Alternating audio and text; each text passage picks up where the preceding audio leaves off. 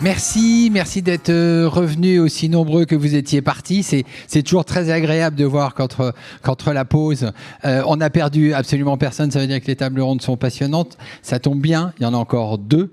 L'une sur les grands défis des PME face CSRD, et puis l'autre, ça sera sur le retour d'expérience des grandes entreprises qui ont déjà expérimenté l'installation de cette nouvelle réglementation européenne. Pour commencer, la table ronde sur les PME, j'appelle Margot Flamand, qui est Scale-up Manager chez France Digital.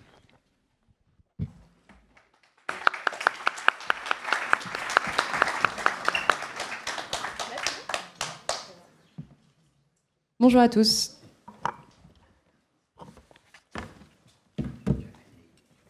Bien sûr, j'oublie mon rôle, déjà. Eh bien, j'appelle sur scène. Je vais commencer par... je fais dans l'ordre, peut-être. Guillaume Davies, administrateur du comité Richelieu.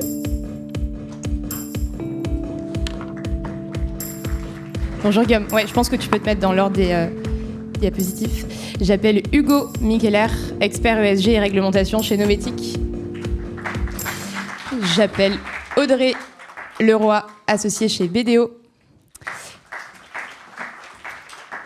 Et puis, on ne le présente plus, Alexis Normand, directeur général chez Greenly.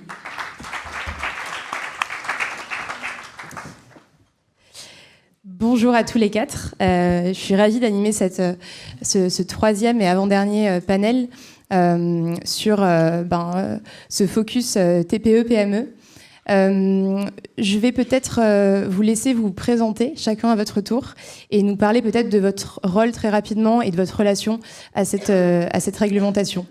Peut-être Guillaume, est-ce que tu veux débuter ? Alors bonjour à tous, je suis Guillaume Davies, directeur général d'une petite PME industrielle normande qui s'appelle Serapid Group et par ailleurs administrateur du comité Richelieu. Alors juste peut-être un petit mot à propos du comité Richelieu, c'est une association d'entreprises qui regroupe exclusivement des startups, des PME et des ETI, donc des SME au sens européen du terme, qui ont un sujet commun qui est l'innovation, une multiplicité de marchés adressés et donc une interaction avec des parties prenantes de toute taille, y compris des grandes entreprises. Et donc la CSRD est un sujet pour l'ensemble de ses membres. Merci Guillaume. Hugo, qu'est-ce que c'est qu'être expert ESG et réglementation chez Novetic ? Vaste question.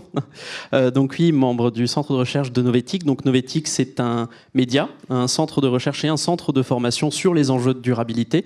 Voilà, on est une filiale de la Caisse des dépôts.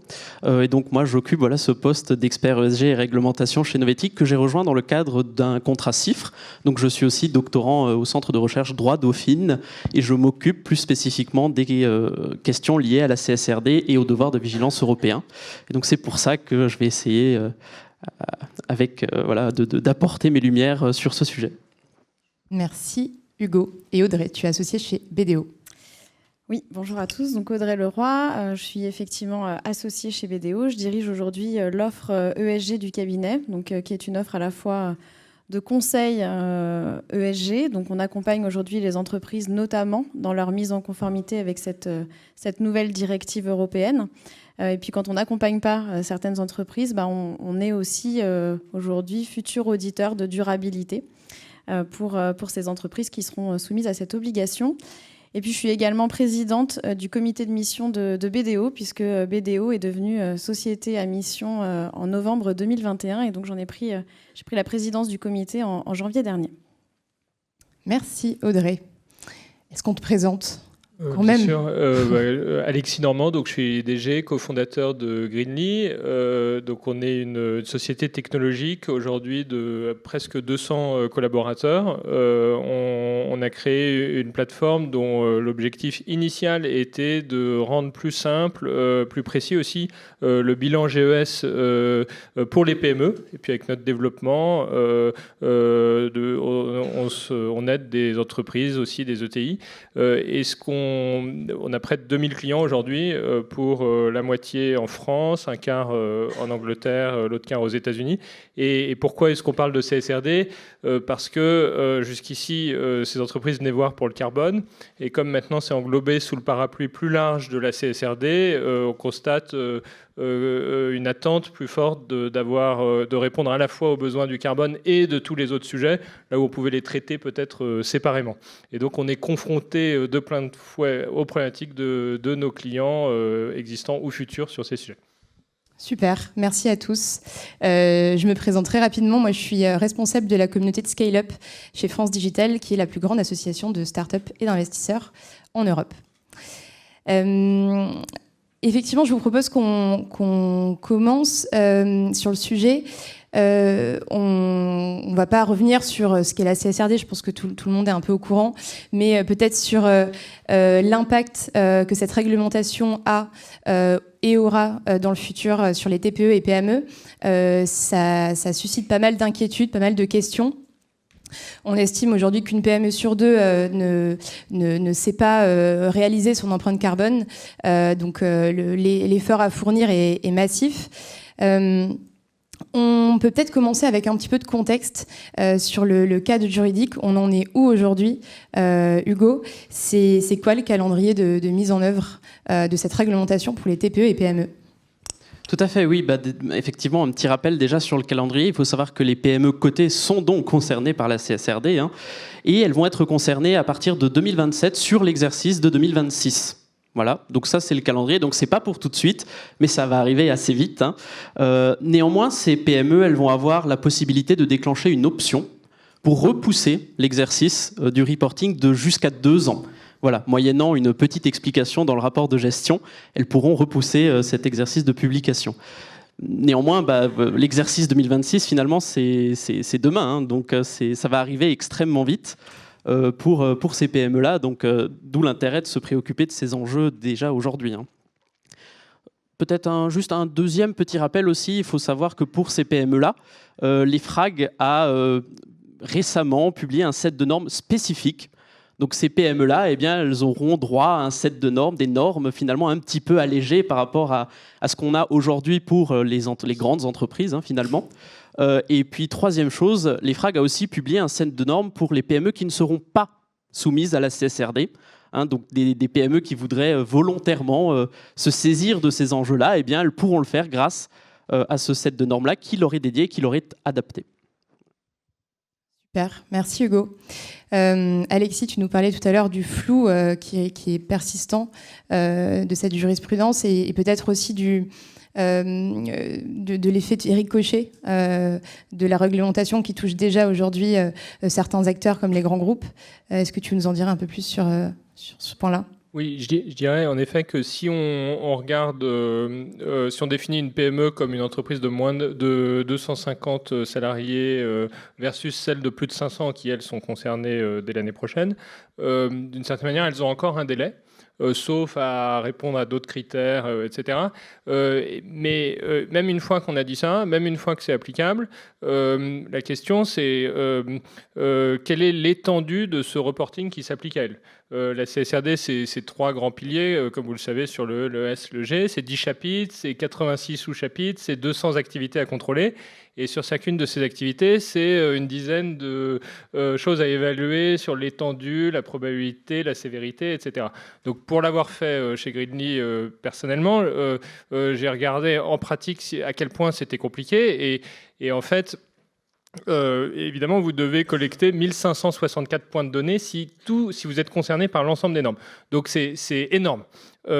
Mais comme vous le savez peut-être ou sans doute, vous ne devez faire de reporting que sur ce qui est considéré comme matériel, si vous avez un impact sur le sujet et si vous avez un impact, est-ce que c'est un impact financier.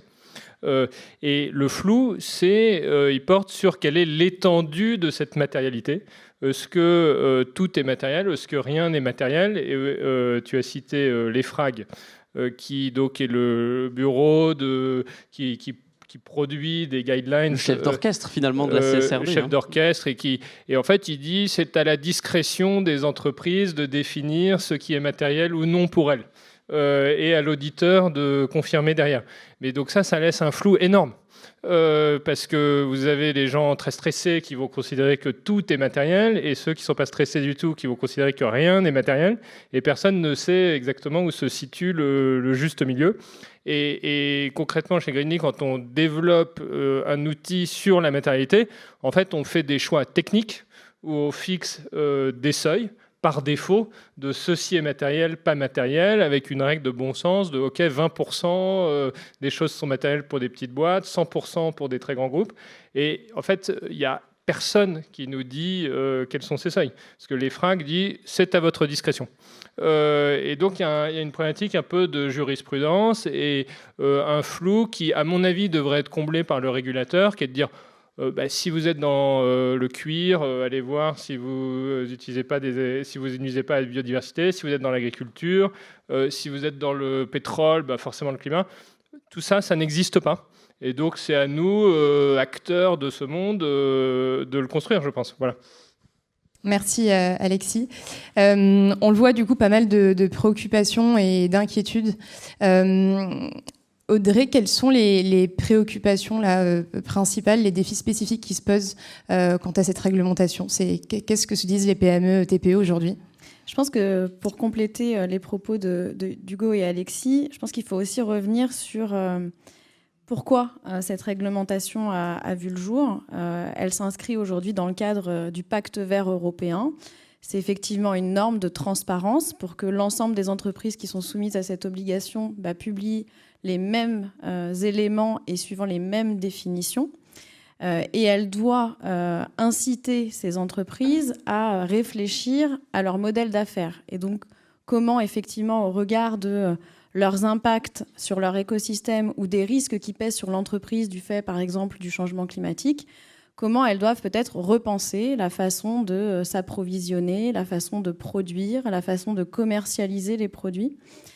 Et c'est quand même ça le fondement de cette norme, et c'est comme ça qu'elle a été construite. Donc c'est avant tout un guide de réflexion stratégique pour des entreprises qui ne l'auraient peut-être pas encore initié, cette réflexion, de se poser les questions effectivement de c'est quoi mon impact, quels sont mes risques, qu'est-ce que je dois mettre en place pour contrecarrer justement ces risques, donc quelles sont les politiques que je dois mettre en place, et puis pour mesurer finalement l'efficacité de mes politiques et de mes actions, quels sont mes indicateurs sur lesquels je dois publier. Donc finalement, quand on le prend sous cet angle-là, on se dit ça va être plus simple, on va lire la norme et puis on va suivre un peu ce guide. Alors c'est vrai que tout n'est pas encore très explicite, il faut avoir quand même l'habitude de lire les textes, mais il y a des outils qui se développent aussi pour essayer d'accélérer sur la mise en conformité et rendre plus digeste cette réglementation et derrière se concentrer sur ce qui compte, c'est-à-dire le passage à l'action pour changer ces pratiques. Mais c'est quand même important de garder ça à l'esprit, que l'objectif, c'est quand même de repenser sa stratégie pour que l'entreprise perdure et qu'elle ait moins d'impact sur son écosystème. Une fois qu'on s'est dit ça, une fois qu'on a tenté cette mise en conformité, il faut se concentrer sur ce qui compte. Et c'est là que Alexis a raison, on ne va pas publier sur tous les indicateurs qui sont dans les 300 pages de normes de l'IFRAG. L'idée, c'est vraiment de se dire les 2-3 grands sujets sur lesquels j'ai un impact ou qui sont un risque pour moi en tant qu'entreprise, pour mes salariés, etc. C'est là-dessus que je dois mobiliser mes équipes, mobiliser aussi mes finances pour pouvoir perdurer dans de bonnes conditions. Donc finalement, c'est peut-être pas si mal. Super, merci Audrey. Guillaume, qu'est-ce que tu identifies, toi, comme risque, comme défi? Tu es à l'intérieur d'une PME. C'est quoi les défis spécifiques de tes équipes et les inquiétudes qui peuvent se poser? J'ai envie de commencer ma réponse en disant c'est le risque de rater une opportunité. Je voudrais rebondir sur ce que disait Audrey. Je pense que c'est absolument essentiel de revenir au point de départ. Pourquoi la CSRD ? Finalement, la CSRD, c'est simplement un outil. Un outil où certains considéreront que c'est un guide de réflexion stratégique pour l'entreprise. Essayons, nous, les entrepreneurs de start-up, PME, ETI, on a avant tout à l'esprit la durabilité, la résilience de notre business, au service de nos équipes, au service de nos territoires. Et donc, est-ce que dans l'approche RSE, avec l'engagement RSE et l'outil qui est, ou que pourrait être la CSRD, est-ce qu'on embarque, est-ce qu'on commence à mener, à suivre un chemin qui nous permet d'atteindre cette ambition de résilience et de croissance. Donc c'est pour ça, pour nous, un certain nombre d'entre nous, oui, on ne vit pas dans un monde de bisounours, on a bien compris qu'il y avait un niveau de complexité, des risques associés, mais le plus gros risque, c'est de rater l'opportunité. Et j'aimerais revenir sur ce que Hugo évoquait, nous rappeler les éléments de timeline, pardon pour l'anglicisme. Oui, peut-être que certaines PME ne seront concernées qu'en 2027 ou sur l'exercice 2026. Mais non, on est tous concernés aujourd'hui, sauf à penser que l'on opère, que l'on a un business qui est complètement hors sol. Quand on est une PME, une start-up ou une ETI, nos clients sont très probablement concernés lorsqu'on fait du B2B. Ils sont déjà concernés, ils ont déjà des requis, des attentes, et ils vont faire ruisseler ces requis et ces attentes. Donc non, n'attendons pas 2026.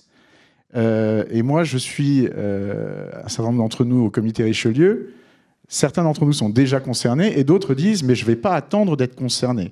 Je vais essayer de m'approprier le sujet pour des raisons stratégiques, pour des raisons purement de business. Je vais être sollicité par mes clients, je vais être sollicité par mes financeurs, et puis, chemin faisant, peut-être que la cerise sur le gâteau, c'est que mon entreprise ne s'en trouvera que dans une meilleure situation, mieux armée pour embarquer les challenges à venir. Donc c'est une opportunité. Merci Guillaume. Vas-y Alexis. Je rajouterais deux choses. D'abord, tu es, je crois, prestataire de grands groupes, donc qui, eux, sont soumis à la CSRD et en analysant leur propre impact, vont essayer de savoir si leurs fournisseurs principaux y contribuent. Et donc, comme on l'a observé sur les questions de bilan carbone, il y a un effet non réglementaire, mais quand même qui descend à travers la chaîne de valeur. Donc il faut s'en occuper tout de suite. Et ce qu'on a aussi observé sur le bilan GES, c'est qu'il n'y a pas d'obligation, mais quand il y a un des acteurs de la supply chain qui commence à le faire et qui en fait un atout compétitif parce qu'il est meilleur que les autres sur le sujet ou qu'il permet à son donneur d'ordre d'améliorer son impact, à ce moment-là, en fait, il gagne le marché aussi en contribuant à la stratégie d'impact de son client. Et puis, l'autre chose, c'est que la CSRD, c'est pas que du reporting. Il y a le plan de transition qui est obligatoire. Donc, il ne faut pas juste dire, OK, qu'est-ce que je fais de bien ou de mal, mais qu'est-ce que je vais faire par rapport à ça. Et c'est ça, en fait, l'outil de transformation de l'entreprise, pour rebondir sur ce que tu dis. Merci Alexis. Et peut-être un mot sur comment ces entreprises elles perçoivent leur capacité à se transformer en fonction des ressources qu'elles ont, des ressources humaines, des ressources financières. J'ai l'impression que la principale préoccupation vient des ressources limitées auxquelles elles ont accès. Alors, comme c'est très très vaste, c'est compliqué de répondre sur un seul sujet, mais je peux surtout parler du climat, qui est en général matériel pour presque tout le monde, et c'est assez spécifique encore une fois au secteur, mais il y a quand même une compréhension de tous les risques ou de tous les chapitres de la CSRD. Je crois que c'est probablement celui qui va revenir pour tout le monde avec les questions de RH. Je te laisserai compléter là-dessus. Mais donc là, c'est le défi de la transition énergétique appliquée à l'échelle très micro d'une entreprise. Donc c'est une vaste question. Bien sûr, ça porte sur comment je réduis ma consommation d'énergie fossile directe, comment je change mes machines, mes flottes de véhicules, etc. Et puis, comment moi-même, en tant qu'entreprise qui a plein de fournisseurs, je comprends qui parmi parmi mes fournisseurs me permet de le faire. Donc c'est un système de poupée russe. Donc je pourrais y passer 2 heures, donc je vais m'arrêter là. Très bien. Merci Alexis. Donc on l'a vu, des défis, des préoccupations, mais avant tout, comme tu le disais Guillaume, une opportunité de transformer son business. Audrey, est-ce que c'est aussi une opportunité de financer, d'attirer des financements durables? C'est une opportunité, c'est peut-être aussi un moyen d'attirer des financements, parce qu'effectivement, pour accompagner la transition, Alexis a parlé de changer de parc de machines ou de flotte de véhicules, etc. Donc ça, il faut pouvoir le financer aussi. Ce qui est assez intéressant, c'est que finalement, les établissements bancaires, notamment, ont été eux-mêmes soumis à des réglementations avant la CSRD. Et donc, de plus en plus, si vous ne le voyez pas encore, elles sollicitent les entreprises pour justifier d'une démarche durable, alors souvent sur des indicateurs, pour l'instant plutôt sur la partie climat ou des fois sur la partie RH également. Et donc ça, c'est également un moyen. C'est-à-dire que si vous faites les choses positivement dans une démarche de réduction de vos impacts, vous allez plus facilement trouver des financements. Donc finalement, c'est un peu le cercle vertueux pour trouver des financements. Vous avez d'autres dispositifs qui sont proposés, notamment avec le programme France 2030, pour accompagner justement les investissements des entreprises pour les aider à se décarboner. Il y a des subventions qui sont proposées. Donc il y a quand même un soutien, alors peut-être pas encore suffisant, mais en tout cas, il y a des choses qui existent. Et donc ça, il faut pas hésiter finalement à s'engouffrer un petit peu aussi dans cette démarche-là, parce qu'elle est soutenue. Voilà. Juste pour rebondir là-dessus, on observe quand même que de plus en plus le coût d'accès au capital est lié à la trajectoire de décarbonation. Il y a des banques qui offrent des taux d'intérêt plus faibles à des PME si elles sont transparentes sur leurs émissions, ou à des grosses ETI qui lient le taux d'intérêt à l'atteinte d'une trajectoire. On le voit avec les fonds à impact. Donc ça, sur le carbone, ça existe déjà, mais c'est quand même plus limité que sur l'ESG, où vous avez des indices, mais les indices ESG sont assez critiqués, parce que quand on les regarde du point de vue de l'impact climat, en fait, c'est pas démontré, et puis on peut avoir une très bonne note ESG, tout en étant très mauvais sur le climat, parce qu'on est bon sur le S et le G.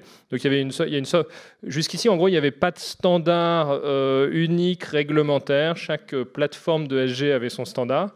Et donc, on ne pouvait pas lire un indice ESG de façon claire sur l'impact climat ou l'impact ceci. Il n'y avait pas d'homogénéité entre les indices ESG. Je pense que le lien entre coût d'accès au capital et carbone existe déjà de façon limitée, il est en train de s'élargir, mais ce qui est probable, c'est qu'avec la CSRD, en fait, on standardise les indices ESG, et donc qu'on puisse élargir aussi le lien entre accès au capital et impact d'une entreprise. Donc c'est encore un peu théorique, mais ça crée une base en fait homogène de comparaison des entreprises sur lequel on va pouvoir ajouter le pacte vert, etc. Et peut-être un jour moduler le taux d'intérêt en fonction de votre note CSRD. Merci Alexis. Et Hugo, je voulais peut-être juste rebondir sur ce que disait Audrey avant avec l'accès au financement. Il y a aussi quelque chose qui est très intéressant pour les PME, même déjà dans les textes, c'est de dire à quel point le reporting pour les PME en fait, va être utile pour toutes les parties prenantes, pour tous les partenaires d'affaires. Et en fait, ces nouveaux sets de normes là qui vont nous venir pour les PME, ils sont aussi là pour sécuriser un peu les PME, surtout pour les sécuriser dans ce qu'on va leur demander.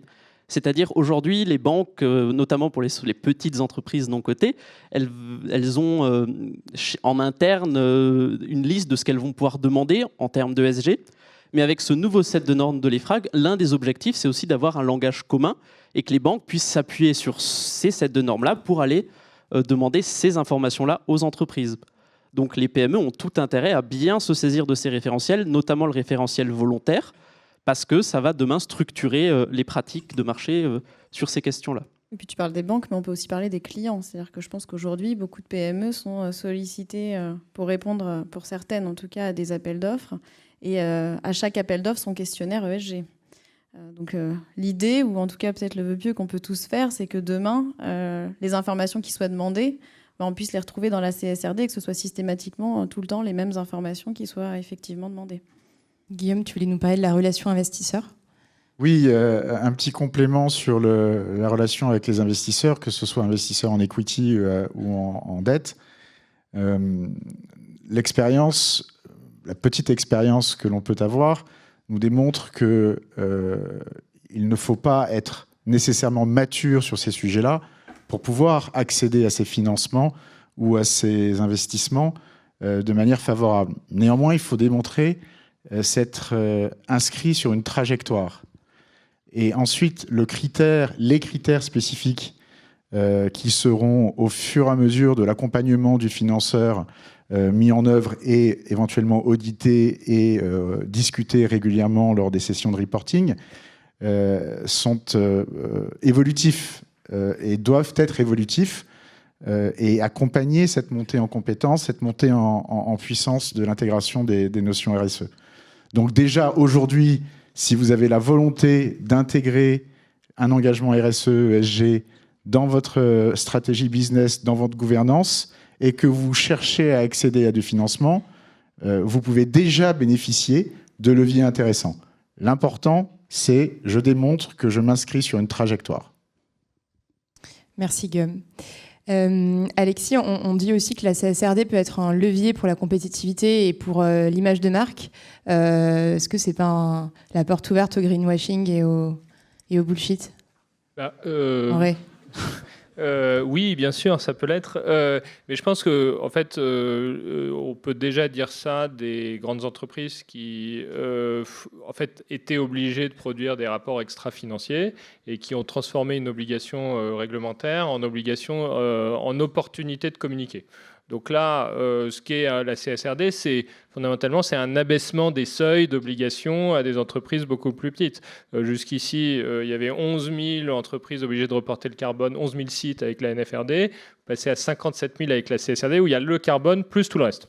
Donc les risques ou les dévoiements d'une réglementation qu'on a pu observer dans les grands groupes, on les retrouve aussi pour les PME et peut-être avec plus de risques parce que vous avez des acteurs justement qui ont une communication moins maîtrisée, ils sont moins éduqués à ce qu'on peut dire, ce qu'on ne peut pas dire. Donc vous allez avoir les deux. Et puis en plus comme il y a plein de critères, il y a toujours ce risque d'être très mauvais sur quelque chose, mais dans le rapport RSE très, très bien gominé que vous allez produire, d'insister sur ce que vous avez fait de génial sur les RH, alors que, je dis n'importe quoi, vous envoyez des produits chimiques dans une rivière. Bon. Ce risque, il existe, mais c'est aussi pour ça, je pense qu'il faut ne pas oublier qu'il y a des obligations, 20% à peu près des indicateurs de collecte de données dans la CSRD sont quantitatifs. Et il y a une obligation de transparence, il y a un reporting, donc il y a finalement les acteurs publics qui on veut pourront aller regarder vraiment les données sur la comparabilité.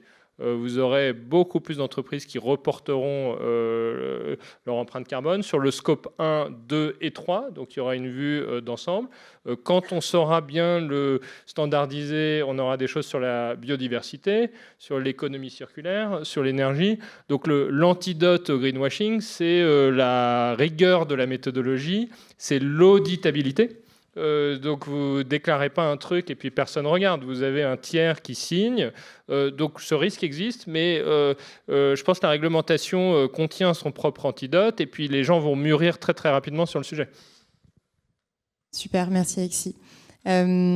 Audrey, on dit aussi que la CSRD est un vrai levier et une opportunité business pour ces PME, TPE. En quoi c'est un catalyseur d'innovation pour ces entreprises-là ? Comme on le disait en introduction, c'est un bon moyen de repenser sa stratégie. Pourquoi ? Parce que face au changement climatique, par exemple, certaines entreprises vont être confrontées à la raréfaction des matières premières. Donc ça oblige, du coup, déjà à savoir dans quel délai on va être soumis à cette raréfaction et quelles vont être les matières de substitution. Donc ça favorise a fortiori la réflexion et donc l'innovation derrière. Vous avez d'autres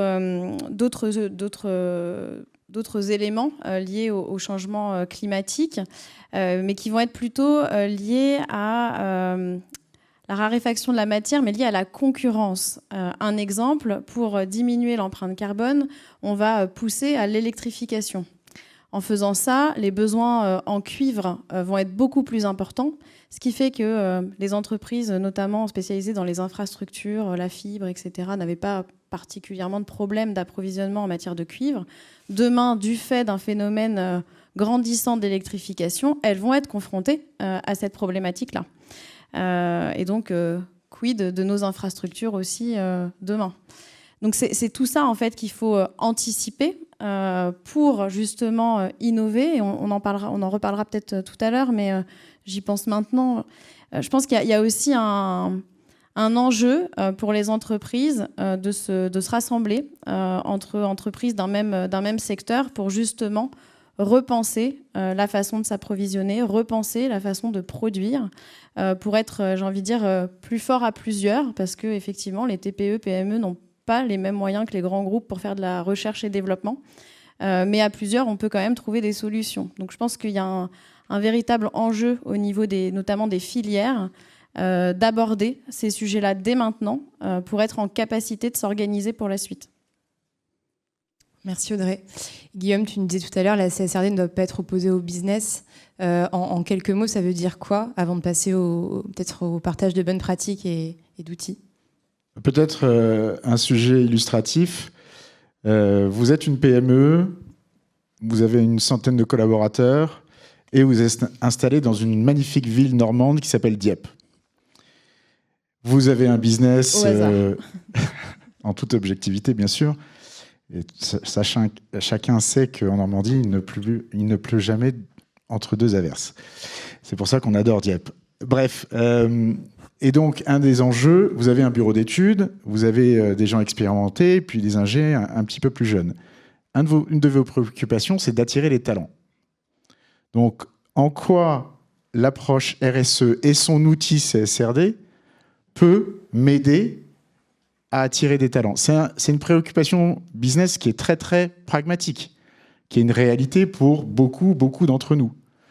Eh bien, quand je vais construire un nouveau bâtiment, quand je vais définir un nouvel outil industriel, quand je vais définir de quelle manière je veux aménager un open space, eh bien, je vais avoir cette problématique en tête et je cherche un résultat. Quand je vais faire une ouverture de poste, au lieu de recevoir un CV, 2 CV par semaine, je vais en recevoir 10, 15, 20. Et ça, c'est factuel. C'est du vécu. Et quel est le moteur derrière ce petit succès? Eh bien, c'est de repenser sa stratégie en incluant, en intégrant naturellement les problématiques RSE et donc les outils qui vont avec, la CSRD. Donc, je voulais juste évoquer cet exemple-là qui est comment dirais-je, très, très important pour beaucoup d'entre nous, entrepreneurs et dirigeants de PME. Merci Guillaume. Donc, de maximiser sa marque employeur aussi. Le temps passe. On va peut-être se concentrer sur les bonnes pratiques, parce que maintenant qu'on a dit qu'il y avait plein d'opportunités, comment est-ce qu'on fait, quels sont les bons conseils, qu'est-ce qu'il faut faire, qu'est-ce qu'il ne faut pas faire. Alexis, peut-être, on sait que la technologie et les solutions, les outils peuvent nous aider. Comment ? Alors, concrètement on est sur un sujet où il y a à la fois besoin d'humains, puisqu'il faut implémenter un plan de transition et faire un certain nombre de choses, mais s'il n'y a que ça, je pense que c'est une problématique, en tout cas particulièrement pour les TPE et PME, qui, si elles voient ça que comme un coût supplémentaire, une embauche, une mission, peut être un petit peu rebutée, en tout cas créer un pushback. On a vu des organisations patronales dire que ça allait être un problème, etc. Donc le but de la technologie, en gros, c'est de simplifier, d'automatiser tout ce qui peut l'être. les règles de calcul de matérialité sont complexes. Il y a beaucoup de critères. En fait, finalement, c'est des formules mathématiques. Ça peut alors, il y a une évaluation individuelle, mais une fois qu'on a évalué le risque, la probabilité d'un événement, son effet adverse, etc., c'est des formules qui s'appliquent. Donc ça, je pense qu'il n'y aura pas le choix d'avoir une plateforme. Ça facilitera le travail soit et on n'est pas les seuls, hein, je suis conscient que je prêche un peu pour ma paroisse là, mais il faut que donc il faut que ça soit le plus simple possible. Il faut que toutes les bonnes pratiques, toute la jurisprudence de qu'est-ce qu'est un seuil de matérialité, toute la comparabilité à l'intérieur d'un secteur. C'est-à-dire que, en fait, nous, ce qu'on observe concrètement, c'est quand une entreprise renseigne sur chaque activité, les risques, les opportunités, etc., elle est complètement perdue, elle ne sait pas ce qui est, et donc elle a tout de suite envie de parler à quelqu'un. Et en fait, elle a envie de savoir si ça c'est matériel pour elle, c'est matériel pour son secteur, etc. Et donc vous pouvez créer, je crois que tu as été pilote de ligne, une sorte d'enveloppe de vol sur les réponses. Donc vous avez le choix, mais à l'intérieur d'un cadre qui vous dit là votre réponse elle est à côté de la plaque par rapport aux entreprises qui font le même métier que toi. Tu considères que c'est très matériel, en fait pas du tout, ou l'inverse. Et donc ça, je pense que le logiciel il sert à créer une enveloppe de vol. Et à l'inverse, après, on a besoin de plus ou moins de soutien en interne. Et donc, moi, je trouve sur ce sujet que on a besoin d'une plateforme, mais elle vient au service de l'entreprise ou au service de l'accompagnement du consultant qui va accélérer. Et in fine, ça sert à réduire le coût, hein, pour être très clair. Merci. Hugo, tu disais avant de mettre en place des outils, peut-être parler de gouvernance. Tout à fait, parce que quoi en fait, avant de parler aux autres entreprises de son secteur, de parler à ses parties prenantes, il faut se parler au sein de sa PME, enfin au sein de son entreprise. Et alors là, je vais vous donner une anecdote. En fin d'année dernière, on a fait une formation avec Novetic pour une PME autour de la CSRD. Et en fait, on s'est rendu compte, en faisant cette formation-là, que c'était la première fois que toutes les parties prenantes internes de l'entreprise, donc les RH, les achats, la finance, le droit, se retrouvaient ensemble pour parler de RSE. Et pour les PME, ça va être particulièrement vrai. La CSRD va permettre d'initier ces dialogues, enfin d'initier ces échanges, ces discussions au sein des PME sur ces enjeux-là de RSE. Et ça va être extrêmement important. Donc, il faut que les PME arrivent à définir en interne une organisation pour piloter ces enjeux. Et la CSRD, elle va servir de catalyseur pour ça. Et c'est vrai que parfois, des entreprises qu'on rencontre, on en a beaucoup, on dit chez nous, la CSRD, vu qu'on a une petite structure, ce sera l'immobilier qui va le piloter. On a eu d'autres structures qui nous ont dit que ce serait la qualité. Enfin bref, des départements où on s'est vite rendu compte qu'en fait, toutes les PME n'avaient pas le luxe d'avoir une direction RSE. Et du coup, se posait nécessairement la question de qui s'en occupe finalement. Et donc, c'est très important pour ces PME de là, maintenant, aujourd'hui, si elles ne l'ont pas déjà fait, de se poser la question de comment est-ce que je m'organise chez moi pour traiter ces enjeux-là. Et la meilleure façon de le faire, c'est déjà d'initier le dialogue et de discuter et d'échanger pour pouvoir définir ça. Merci beaucoup, Hugo. Audrey, en interne, comment est-ce qu'on fait pour que cet outil de reporting il soit vraiment relié au reporting financier et pas déconnecté totalement Je pense qu'effectivement, le sujet de la gouvernance, c'est la première brique à adresser. C'est-à-dire que tant que les dirigeants ne sont pas sensibilisés, formés, parce qu'on n'en parle pas beaucoup, mais la formation en fait est essentielle. Il faut déjà comprendre, avant de parler de CSRD, de comprendre ce que c'est que l'ESG, la RSE. Donc, se former soi-même, former ses équipes, effectivement mobiliser l'ensemble des parties prenantes internes de l'entreprise, parce qu'en fait, tout le monde peut prendre sa part, tout le monde va être concerné à un moment donné sur un bout de la CSRD. Donc ça, c'est essentiel. Et puis derrière, c'est mettre en place des outils de pilotage. Je ne parle pas seulement de la CSRD, du reporting qui va sortir, mais des reportings plus opérationnels sur la mise en œuvre des actions. Se dire que oui, j'ai un plan de décarbonation, mais ce n'est pas juste je me mets en conformité avec une trajectoire net zéro. C'est comment je le fais et combien ça va me coûter. Et de suivre finalement en parallèle des indicateurs ESG, les indicateurs financiers. et de le cascader sur l'ensemble des membres de l'entreprise, de la direction jusqu'aux collaborateurs, en passant par les managers. Tout le monde doit être finalement incentivé sur ces sujets-là. C'est presque je ne vais pas dire un des seuls moyens, mais c'est un des bons moyens, en tout cas, de s'assurer que la mise en œuvre opérationnelle va effectivement opérer au sein de l'entreprise. Merci Audrey. Guillaume, tu voulais rajouter un petit mot ? La réflexion stratégique, le process, et après on réfléchit aux outils. Effectivement, on est très nombreux parmi les PME à ne pas avoir le luxe ou l'opportunité de recruter une équipe dédiée. Mais finalement, c'est peut-être un mal pour un bien, puisque ça va obliger nécessairement à suivre les conseils d'Audrey et de dire, en fait, c'est le sujet de tout le monde au sein de l'entreprise. En particulier des dirigeants, puis des managers clés, puis des contributeurs clés, et de l'ensemble de l'entreprise en son sein, mais dans son écosystème business et même sociétal. Donc oui, ça doit être le sujet de tous. On parle de formation, oui, il faut se former. C'est pas tout à fait naturel que de s'approprier le vocabulaire. On essaye de développer des outils communs pour pouvoir communiquer selon une certaine norme. En revanche, les sous-jacents de ce vocabulaire, de la création de ces normes, il y a beaucoup de choses qui sont du bon sens. Donc, c'est mon sentiment et on le partage au sein du comité Richelieu. Oui, c'est un sujet potentiellement complexe, oui, potentiellement coûteux, mais qui peut rapporter beaucoup aussi. Donc, dans la mise en place du plan RSE et de l'application de la CSRD, oui, il faut évaluer le coût, mais il faut aussi évaluer ce que cela peut me rapporter, et en termes financiers également. Donc oui, ça peut représenter un espèce de nuage un peu vague et complexe, mais finalement, quand on regarde le fond du sujet, il y a énormément de choses qui s'appuient sur des notions de bon sens. Merci Guillaume.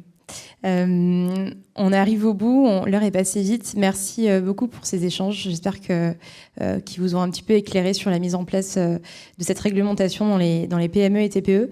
On m'a dit qu'il y avait une petite session de questions-réponses. Absolument. C'est le cas. Merci Margot. Merci. C'est le cas. Il y a une petite session de questions-réponses. Qui aurait une question ?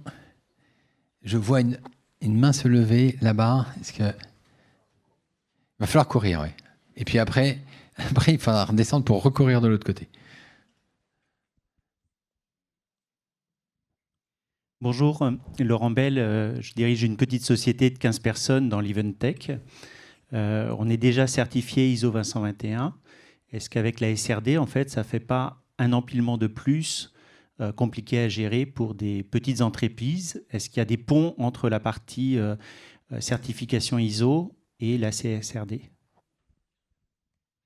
Je répondrais que vous, aujourd'hui, vous n'avez pas l'obligation de le faire et pendant longtemps, vous ne l'aurez pas. Mais ce qui peut arriver, c'est que vos clients vous demandent, sur la partie qu'ils pensent être pertinente, comment vous conformer à leurs propres exigences. Donc, il est possible que la question vous soit posée. Mais vous soulignez, je trouve, un point intéressant, c'est...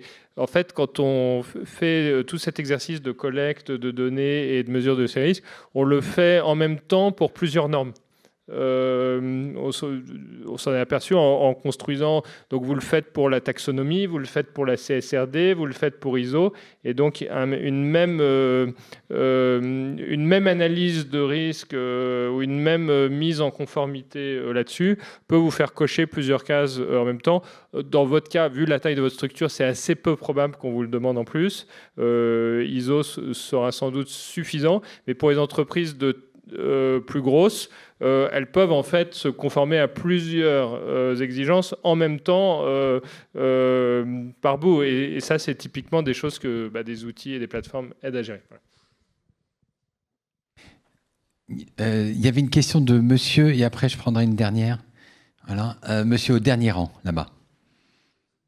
Et après le premier rang. Oui, bonjour, Pierre Dubernay, consultant ESG. Une remarque d'abord, on a parlé de normes volontaires pour les PME. Je pense que c'est intéressant de dire, vous pourrez peut-être le développer, que c'est quand même, elle contient ce projet-là une beaucoup plus forte simplification que la CSRD. Et je pense que ça peut rassurer aussi pas mal, si vous en dites un mot, sur le contenu, notamment le modèle de base, qui simplifie beaucoup et qui dédramatise le sujet et qui renforce les opportunités. La deuxième sous-question, c'est peut-être pour Guillaume. Vous avez parlé d'opportunités de financement liées à ces critères-là. Concrètement, lesquels ? Alors, il y a un certain nombre d'acteurs qui financent par exemple de la dette, qui ont, j'ai l'impression que c'est tous d'ailleurs, mais certains mettent davantage le focus sur le sujet.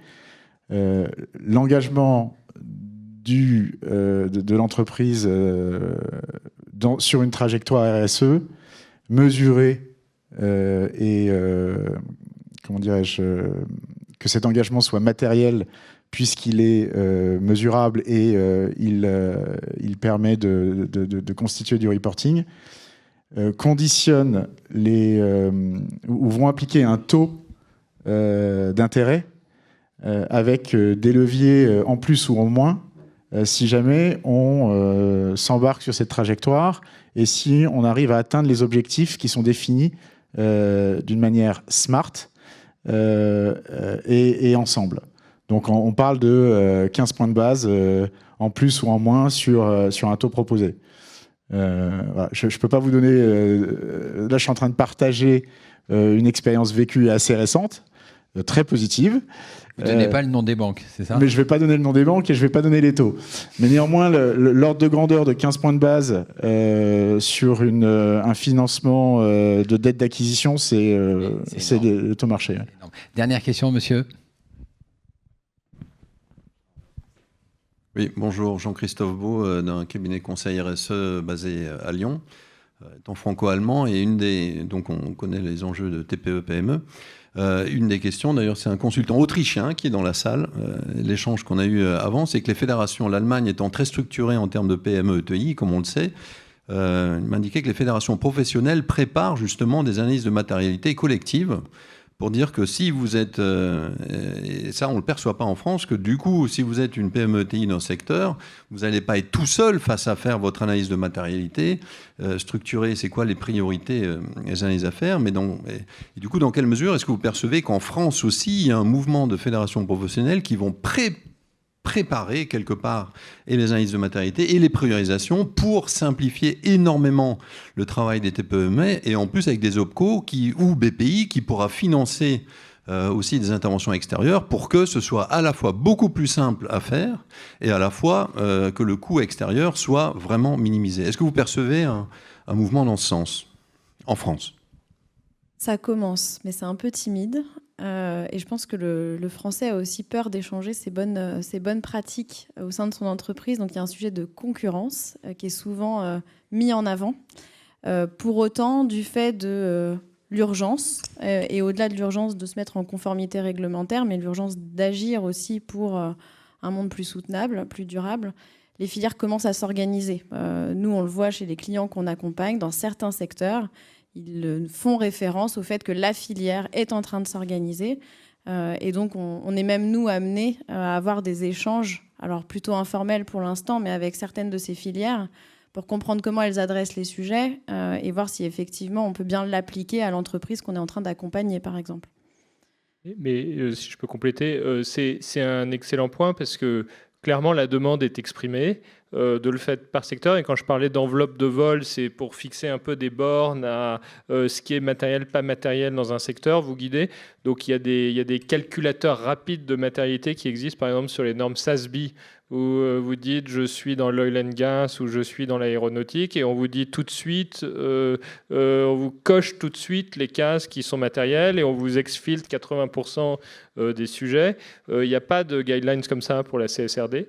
Ce qui est quand même intéressant, c'est que je ne sais pas si vous vous souvenez du débat entre double matérialité et matérialité financière, qui a plus ou moins été résolu. En gros, on dit que si vous faites la CSRD, vous serez conforme à GRI ou IFRS, ISSB, enfin bref, mais ça marche dans l'autre sens. C'est-à-dire que si vous avez fait un report, si vous êtes américain et que vous avez fait un reporting GRI ou ISSB, et ben en fait vous n'aurez que à faire en plus la partie qui n'était pas dedans, pour pas que les Américains fassent un double reporting.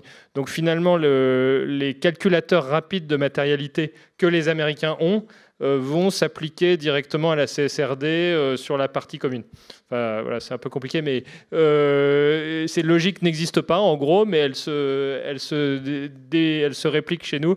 Et si je connais ce niveau de détail, c'est uniquement parce que nous, on cherche à immédiatement donner un guide sur la base de ce que vous avez renseigné sur votre entreprise, etc. Juste un petit point de nuance, mais après, je vois le temps là qui dérape.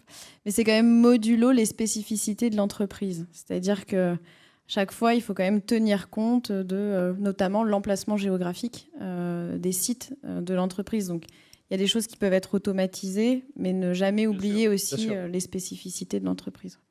Merci. Je vais vous faire un petit résumé de ce qui m'a... Il y avait des choses extrêmement intéressantes. La première, c'est n'attendez pas 2026. Il y a urgence. C'est ce que tout le monde dit. On se dit, il y a un calendrier. Mais non, il faut absolument l'anticiper. Alexis disait il y avait un flou. Il n'y a pas forcément un loup, puisque effectivement, il va y avoir des précisions. Les régulateurs vont les apporter. Pour une PME, même si c'est extrêmement complexe, le plus gros risque, c'est de rater l'opportunité. Ça, c'est vraiment important. Une bonne nouvelle, c'est qu'il y a des programmes dans le programme France 2030 avec des subventions. Donc voilà, on peut faire face à nécessité d'investir. Et puis le plus important, c'est la gouvernance. Effectivement, c'est un projet, le CSRD, qui touche tout le monde. Après, il faut en discuter au sein de l'entreprise. Merci Margot, merci à tous les participants.